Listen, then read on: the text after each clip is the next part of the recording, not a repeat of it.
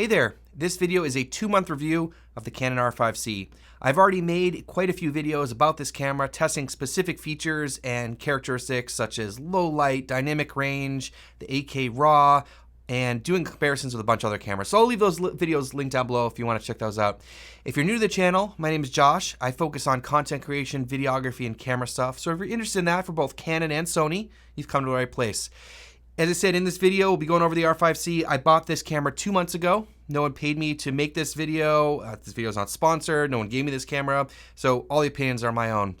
In this video, I'll cover what's good about the camera, what's not good about the camera, my general thoughts, who the camera's for, a couple of comparisons, and finally, is this camera right for me? It will be kind of a lengthy video and just a pouring out of my thoughts and experiences over the last 2 months. So if you're interested in that, let's go. All right, we'll start this off by talking about what's good about this camera, because there is a lot good about this camera. First of all, it has a full frame sensor with an RF mount. It shoots up to 8K 60 RAW and up to 120 frames in 4K. The dynamic range on this camera is incredible. When I first got this camera, I was assuming it was going to be similar to the R5, but it is definitely not. It is definitely much closer to a lot of the other cameras that are out there that have a lot of dynamic range. I would say it's comparable to the A7S III, the FX3, the FX6, and I think it's just slightly below the C70. I did make a comparison video if you want to check that out. So it does really, really well. And if you want to shoot in RAW, you can get even a little bit more dynamic range out of it than the compressed codecs that you can get out of this camera. The image quality is incredible. I absolutely love the oversampled image that comes out of this camera in terms of the detail, the sharpness, the color renditions. It's absolutely beautiful. It's something that is unique to this camera with that 8K oversample. So even in 4K, you get really crispy images. Lens options on this camera are also pretty incredible and also a little bit limiting at the same time because of just where Canon is with the RF system. But you can easily put an EF to RF adapter on here to use any EF lenses, both in terms of stills lenses, autofocus lenses, and also cinema lenses. You can put a PL mount on this. Because it has an RF mount, you can pretty much put any lens on this. Now, in terms of the RF lenses, the RF lens lineup is not complete yet, and I think there's a lot of things they still need to fill in. But for me personally, I absolutely love the 2.8 zooms. Like, this is the 24-70. I'm shooting on the 15-35 right now. Those are my two favorite lenses. And until recently, for video, I don't think that the full potential of these beautiful, expensive, and very heavy lenses has really been brought to fruition. So with the R5C, because it's full frame, you get that full use of these lenses, and they work really well, and the image quality is just absolutely incredible. The autofocus on this camera, I think, is great. I wouldn't say it's exceptional. There are cameras that have better autofocus in video. It's not as good as the R5 in video mode, but that being said, I think this is the best autofocus that's in any of the Canon cinema cameras at the moment. It also has eye detect autofocus and face only mode, which is really cool. And what I found is that it is pretty reliable as long as you're fairly well lit. If you get into low light situations, the camera struggles, but kind of struggles on a lot of cameras anyways in low light. But as I said, it has not let me down yet. I do think the autofocus is pretty decent. Now let's talk about the stabilization in this camera. So it does not have IBIS, which is actually a benefit for some people in some video applications, not having a floating sensor. But for me personally, I found that the electronic stabilization in the camera combined with a lens that has image stabilization works really well for like holding static shots, handheld look. I think it looks pretty natural and it works pretty well. I don't really miss the in-body image stabilization that's in the R5 and R6 that they left out of this camera. I don't really miss it. I think that combination works pretty well. The cinema operating system is incredible. This is something that's very unique to this camera, and I think is one of the things that makes this the first really true hybrid camera. So when you flick that switch over here and you go from photo to video, when you go to video, you're using the operating system that's in the C70, the C300, like those cameras. And they're great because they're really focused on using this as a video camera. So you have things like shutter angle. You also have great monitoring assist tools like waveform and false color. There's a whole host of great things and features that's in this when you shoot in video mode, and all of a sudden you feel like you're using a video camera. I hope to see this in other cameras coming out, or cameras that are already out. Like if the FX3 had that option to use the FX6 operating system in there, that would be incredible. That would really create a really strong hybrid camera, more of a video focused camera. This also has great codec options. So as I mentioned, you can shoot up to 8K 60 RAW, and there's 2 flavors of RAW. So if you're into the RAW workflow, it's not a true RAW like you'd get in a Red camera, but you get a lot of detail and a little bit more dynamic range than you get out of the compressed codecs. But you have XFAVC, and 4K is an awesome codec. It's what I use most of the time. Very robust for color grading, and it plays back pretty smoothly. So there are a lot of codec options in this. In addition to that, you can shoot in crop mode. So you can shoot in a Super 35 mode, you can also shoot in a Super 16 mode, and those will, with those different modes, you'll get different options for resolution. But you have the ability to punch in camera, which is awesome. Timecode. So there's a timecode port. If that's something that you need, that's incredible. That's in this little camera. Let's talk now about low light and high, mid to high ISO performance. I made a video about this, comparing this with the FX3 and the C70. And what I found is I love the fact that this camera has a dual base ISO. So it has a dual base ISO of 800 and 3200 in C-Log3. And that actually works better for me personally. A lot of the Sony cameras have that second base ISO at 12,800. So if you're shooting in super low light situations, of course those cameras are gonna be better. But if you wind up falling in that middle range, 4, 5, 6,000, a camera like this is gonna be great. It cleans up really well at 3200, and it gives really strong noise performance. In addition to that, the oversampling in the 4K mode for oversample from 8K compresses the noise, gives a really clean image. Absolutely love that.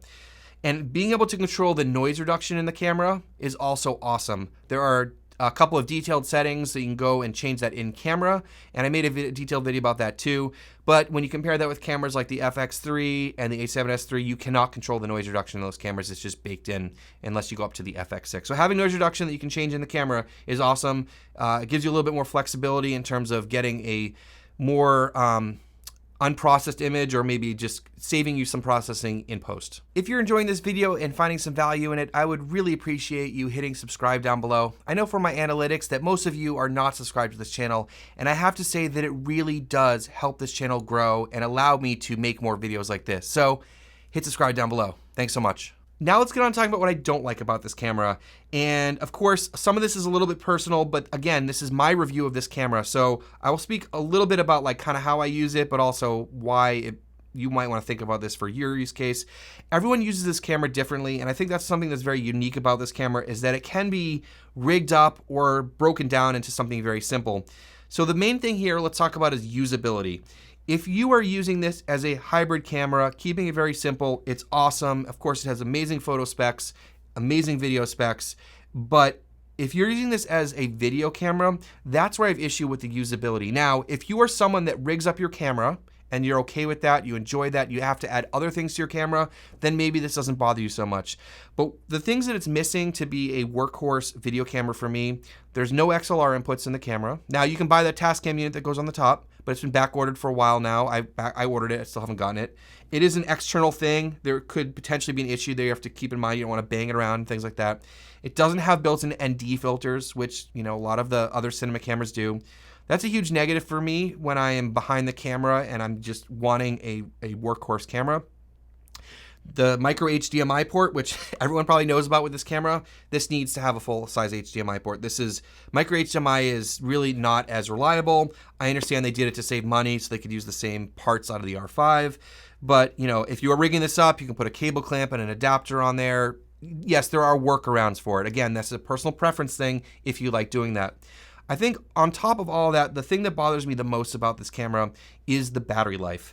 So this uses the LPE6NH batteries from the R5 and the R6, which are great batteries for smaller cameras. I know on my R7, I can get 2 or 3 hours out of one battery.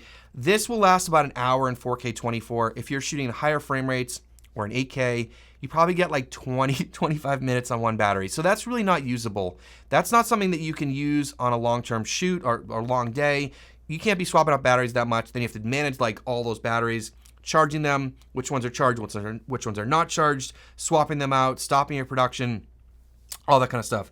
So if you're using this for dedicated video production, you are going to need to rig out the camera. You're going to either need a battery grip to get double the battery life. You're going to need to add a cage, rails, an external battery mount, an external battery. I made a video about rigging options, again, which I'll leave linked down below you can check out.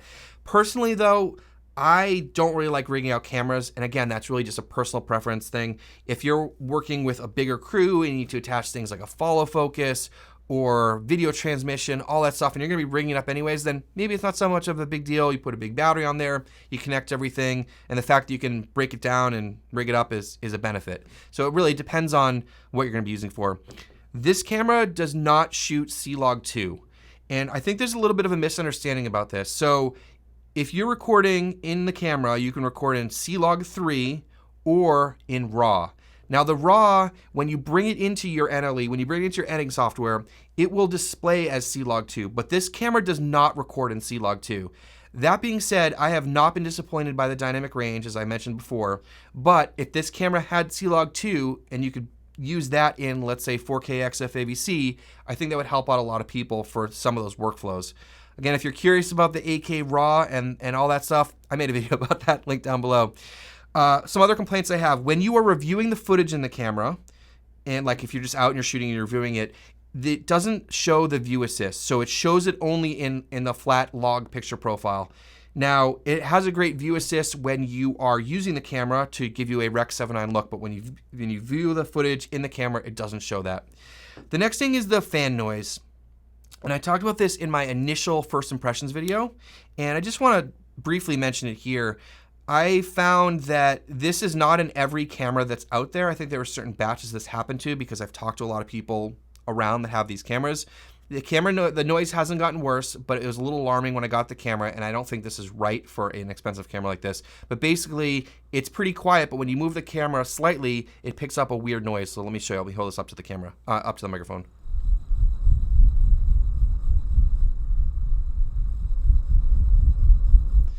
Again, it's subtle. It hasn't gotten worse. When I talked to Canon, they said the guy I talked to there had another R5C, and he said his made noise too. So maybe it's in spec for some of the cameras, but again, I didn't really like it. It hasn't really been a problem, but it hasn't gotten worse. Another thing is the back wheel. I can't set it to anything. I like to set this to ISO. So that's another thing right there. But those are my main complaints about the camera. As I said, some of them are minor and they're easy workarounds, but for me, the battery life is really the big one. Now let's go and talk about some of the more general things about this camera. And for this, I really want to think back to 2020 when the R5 got announced. I was super excited, and I'm sure a lot of you were too, when the specs got announced for that camera that it could shoot 4K 120 and 10-bit, could shoot 8K RAW. It was crazy. But of course, then once the reality of the overheating set in, it became not a reliable video camera. So now let's think about the R5C. If they had announced the R5 with a fan in 2020, I think all of us would have been really happy. I know this camera has extra features that the R5 doesn't, but generally speaking, I think that general consensus in 2020 was just put a fan in the R5 and we'll be good and happy. And then of course we wait almost 2 years later and we get this camera. And again, this has extra features which are cool, but the landscape is different for cameras now and for what people need, including myself. So I think it's just a little bit complicated, but in general, I really think of this as the Swiss Army knife of cameras right now. You can really shoot professional photo and video at a very high level in a pretty small package. And that package size is really interesting to me, and this brings up other cameras like the FX3, for example, where you have this, I'm gonna put this in quotes, cinema camera, which I don't even know what that means anymore, but in a mirrorless size body. And this allows a lot of different situations for this camera to be used in, for people that need an all-in-one camera, which is awesome, or as a B or C camera on a larger set, or a crash camera, somewhere you need to stick a camera in and get a different view, and it's small and just has great autofocus, and it can match with a lot of the other Canon cinema cameras. So again, it's a very versatile camera, and I think that's really what's cool about this camera, and allowing you to get that crazy high video quality in a package this size. Now this brings me to the next point about this camera in the general discussion is the price. So just recently, as recording this video, the price was increased from $4,500 to $4,800. That is a big jump. There was no announcement. It just showed up on websites from retailers. And I think that's where we're starting to see a little bit of an issue with the price. I think for $4,800, this is a little bit harder of a pill to swallow. Of course, it's another $300. But if you have to add things, like I mentioned, the XLR unit, you have to add an ND filter on it, external rigging for batteries, then the price gets to be the real price of this camera, because generally speaking, you're not going to be using this camera just as is. I think that's what makes it a little bit more challenging, is the price tag for this camera. Now on to who this camera's for. I think this camera's for a lot of different people out there, and I think that's really where this camera shines. As I said, the sort of like Swiss Army knife of cameras. It's so flexible. If you have to do photography, this is an amazing photography camera. If you're split between photo and video, great option. If you're doing content creation or YouTube, awesome camera. If you're doing content creation or video work for clients, another great option. It's small, you can get it on a gimbal. It's got a full frame sensor, so it's really easy to get wide angle lenses for it, like if you're doing real estate. As I said, you can rig it up and treat it like a cinema camera. You can strip it down and treat it like a mirrorless camera. It has a lot of flexibility to it. Now, in terms of comparisons, the obvious comparisons here are going to be this Canon C70, the Sony A7S III, the Sony FX3 in terms of price. Now, I made videos about this versus C70 and this versus the A7S III. And so, as I said, as I keep saying, if you're looking for a dedicated video camera and that's really what you're doing, the C70, in my opinion, I think is a better option. You do lose full frame, you do lose 8K if you want those things with the C70, but you do get more dynamic range and a slightly different image. I think that the Sony cameras really do put up a good fight against this in terms of image quality. Of course, the price is cheaper.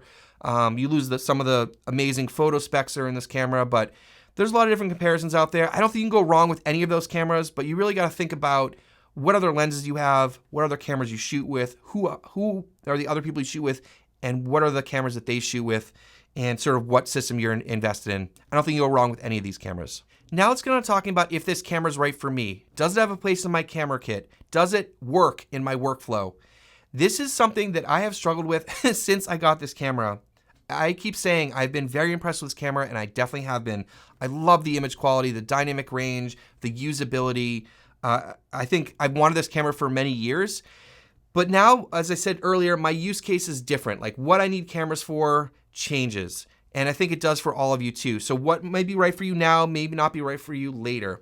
For me, if I am going to be doing a dedicated video shoot, especially if I'm behind the camera, I'm probably going to reach for my C70 more because of the features that are built in. ND filters, XLR inputs, and a usable battery on that camera. The battery life on this, as I keep going on about, is absolutely terrible. Now, if I'm doing something smaller, like if I need a camera to do some quick testing, or I'm doing a vlog or YouTube video, I have other cameras now that I can reach for. And as you know that I'm constantly buying and selling and testing cameras for this channel, I have other options. Like right now I have an FX3 and an R7, which are both great for making YouTube videos. I have been using this camera quite a bit for filming content for my other YouTube channel, and I love it. But right now, I'm not really sure where this camera fits, especially at this price point where I could be using my other cameras more and using that money for other stuff. So I've been struggling with that quite a bit. But as I said, overall, amazing camera. I think Canon did a great job. I think they tried to literally throw everything in this camera. I think a lot of people are going to be happy with this, and it's a fascinating camera. So those are my thoughts wrapped up in 2 months of owning this camera. If you did enjoy this, please, as I mentioned earlier, consider hitting subscribe down below. Be greatly appreciated. Lots more content coming up that you probably really enjoy. Thanks so much for watching. I'll see you in the next one.